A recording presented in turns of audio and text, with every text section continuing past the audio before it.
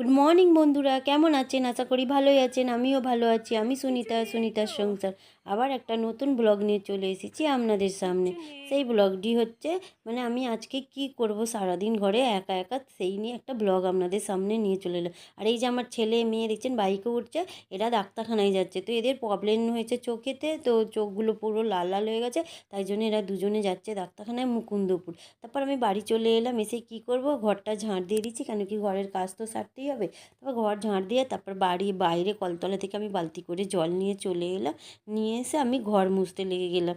তো ঘরটা এবার ভালোভাবে ঘরটা মুছে নিচ্ছি, কেন কি সকালবেলার বাসি ঘর তো মুছতেই হয়, তাই জন্য মুছে নিয়ে পুরো ঘরটাকে এ ঘর ও ঘর বাইরে সব মুছে নিয়ে দোরগোড়ার কাছে চলে এলাম।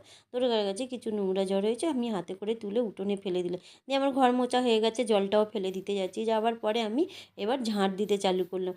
উঠোন আমি ঝাঁট দিতে চালু করলে উঠোনেও অনেক নোংরা আছে, কাগজ ফাগজ গাড়ি চাপা দেওয়া আছে, সেই সব কাগজ ফাগজ তুলে তুলে আমি ঝাঁট দিলাম। তো ঝাঁট দেওয়া হয়ে যাওয়ার পর আমি রান্নাঘরে আবার চলে এলাম। তো বাসনগুলো মাজা হয়েছে, সেইগুলো আপনাদেরকে দেখানো হয়নি, তো বাসনগুলো মেজে নিয়েছি। নেবার পরে এই যে ঝোলের সবজি কাটা আছে, সেই ঝোলের সবজিটাকে আপনাদের সঙ্গে শেয়ার করলাম। তারপর এই যে ছোলা সেদ্ধ করে রেখে রেখে ওরা, যে আমার ছেলে মেয়ে দুজনেই খেয়ে চলে গেছে তো ডাক্তারখানায়, তো আমার জন্য রেখে গেছে, বলে গেল মা খেয়ে নে। তারপর আমি ঘরে গিয়ে দেখি আমার বিছানাটার হালত খারাপ, তাই জন্য এই বিছন গুছোতে লেগে গেলাম। তো আমার বিছানাতে কায়েম চড়ানো ছিল, এটা আমি খাই, কেন কি আমার পটির প্রবলেম আছে প্রচুর, তাই জন্য আমি রোজ রাত্রে এই কায়েম চুরটা খাই। তারপর আমি বিছনটাকে ভালো করে সব কিছু গুছিয়ে যেখানকার জিনিস সেখানে রেখে বিছনটাকে ভালো করে ঝেড়ে ঝেড়ে নিলাম। নেওয়ার পরে আমি সব কাজ হয়ে গেল, হয়ে যাওয়ার পরে আমি চান করতে চলে গেলাম। তো চান ফান করে এসে আমি এবার সিঁদুর পরতে লাগলাম। সিঁদুর পরে আমাকে কেমন লাগছে দেখুন, আমি পরিষ্কার হয়েছি। তারপর আমি রান্নাঘরে চলে এলাম। রান্নাঘরে এসে গ্যাসটা জ্বালিয়ে দিলাম। দেওয়ার পরে এই যে টোপে জলটা দেখছেন, এটা আমি ভাত হবে বলে ভাতটা বসিয়ে দিলাম, কেন কি আজকে আমাকে একা একাই সব করতে হবে, কেন ওরা নেই, আমার মেয়েও নেই, তাই জন্যে। তারপর আমি যাই হোক জলটা বসিয়ে দেওয়ার পরে একটা চপার বোর্ড নিলাম, নিয়ে একটা পেঁয়াজ নিলাম, কেন পেঁয়াজটা কাটতে গিয়ে দেখছি আমার গ্যাস টেবিলটা একটু অগোছল হয়ে আছে, সেটা পরিষ্কার করলাম। তো আমি ওদিকে গিয়ে কাঁচি ছিল একটা রাখতে গেলাম। তো কুকারটাও বসিয়ে দিয়েছি গ্যাসে, তো গ্যাসে কুকারটা বসিয়ে দিয়ে দেখছি গরম হতে দিয়েছি, তো গরম হয়নি বলে ততক্ষণ আমি পেঁয়াজটা কাটতে লাগলাম। তো পেঁয়াজটা কাটা দুদিকটা কেটে নিয়ে খোলাটা ছাড়াচ্ছি।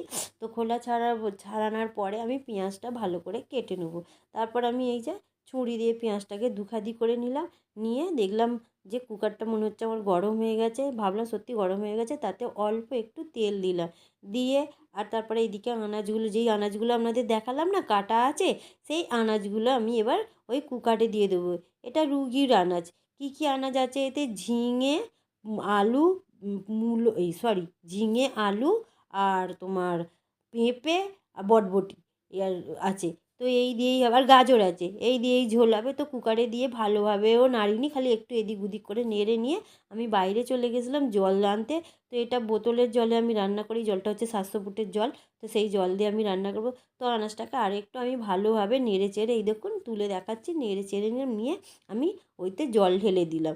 জল ঢেলে দেওয়ার পর আমি মশলা দিচ্ছি। কি কি মশলা দিচ্ছি ওইতে, কেন ওই তো রুগী ঝোল, বেশি দেওয়া যাবে না, তাই জন্য আমি দিচ্ছি হলুদ গুঁড়ো, অল্প হলুদ গুঁড়ো, অল্প জিরে গুঁড়ো, আর একটু ধনে গুঁড়ো দিলাম। দেবার পরে ওইতে আমি নুন দিয়ে দিলাম।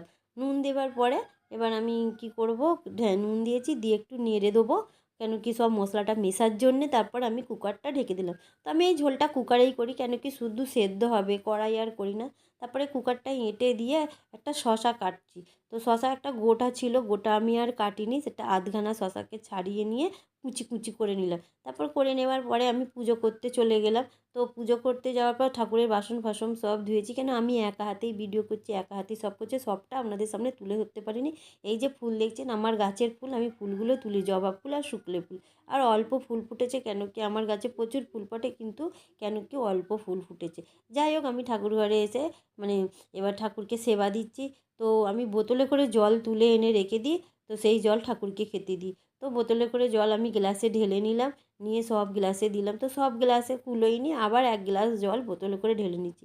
নেওয়ার পরে সব গ্লাসে দেওয়া হয়ে গেছে, দেওয়া এবার থালায় খেতেও দেওয়া গেছে। তো আমি নকুলদানা দিয়েছি ঠাকুরকে। তারপর আমি সব ঠাকুরের পায়ে একটা একটু করে যেমন ফুল আছে সেই হিসাবে সবার পায়ে আমি ফুল দিচ্ছি। তো মা কালীর পায়ে দিয়েছি আমি জবা ফুল, আর বাকি ঠাকুরের পায়ে আমি দিয়েছি শুক্লে ফুল। তো আমি শিব ঠাকুরের পায়েও ফুলে ফুল দিচ্ছি। এবার কোন ঠাকুরে কী ফুলে মানে ভক্ত আমি তো জানি না, তবু আমি ওই ঠাকুরের পায়েই সব ফুলগুলো দিলাম। যাই হোক, ফুল দেওয়ার পর এই দেখুন আমি এবার একটা ধূপ জ্বেলে দিয়েছি। তো ধূপ জ্বেলে দিয়ে আমি ঠাকুরগুলোকে আপনাদের সামনে একটু ভালোভাবে দেখাচ্ছি, দেখুন। আর এই যে দেখছেন এইগুলো নোংরা না, এগুলো সব সিমেন্ট পড়েছিল, সেই সিমেন্টের দাগ পড়েছে। আর আমার মনসা গাছটা হেলে গেছে, দেখুন কি করব, মা মনসাই জানে। তাই জন্য আমি মনসা গাছটাকে ওইভাবে বেঁধে রেখেছি। যাই হোক, সব মনসা তলায় আমি ধূপ দিলাম, মা মনসার সামনে জবা ফুল দিলাম, হরির সামনে শুক্লা ফুল দিলাম, দিয়ে আমি পুজো শেষ করলাম। পুজো শেষ করে এসে ওই যে শসা পেঁয়াজ কেটে রেখেছিলাম, আর ওতে ছিল ছোলা, সেই ছোলাতে একটু লেবুর রস আর একটু নুন দিয়ে মিশিয়ে আমার সকালের টিফিন হচ্ছে এইটা। তো আমি টিফিন কোন টাইমে করছি, তখন 11টা বাজে আমি টিফিন করছি। তো ছোলা পেঁয়াজ শসা নুন লেবু মাখানা দিয়ে আমি মানে খাবার টিফিনটা সারলাম। আর এই যে আমার খাওয়াটি শেষ হলো। তারপর আমি কি রান্না করব ভেবে পাচ্ছিলাম না, তারপর ভাবলাম না ডিমের ঝোল করি। তো এই দেখুন ডিম নিয়ে চলে গেলাম, আপনাদেরকে দেখালাম ডিম নিয়ে গিয়ে আজকে বেরিয়ে এলাম যে আমি সেদ্ধ বসে দিয়েছি। যাই হোক, আমার ভাত হয়ে গেছে, এই দেখুন ডিমও সেদ্ধ হয়ে গেছে। তো আমি এবার ডিমটা ছাড়াবো। তো যাই হোক, তারপরে এই যে ঝোল রুই ঝোল হয়ে গেছে, আপনাদেরকে দেখালাম, দেখুন সবজিও সেদ্ধ হয়ে গেছে, ঝোলও হয়ে গেছে, ডিম সেদ্ধ হয়ে ডিমের মানে ডিম ছাড়িয়ে ডিমের তরকারি করে ডিমের তরকারিও হয়ে গেছে, এই দেখুন। তারপরে অনেক জোর বৃষ্টি এলো, বৃষ্টি আসতে একটু শেয়ার করলাম। তো যদি আমার এই পর্যন্ত আমার ভিডিওটি যদি আপনাদের ভালো লেগে থাকে, লাইক শেয়ার কমেন্ট আর সাবস্ক্রাইব করে দেবেন। ধন্যবাদ।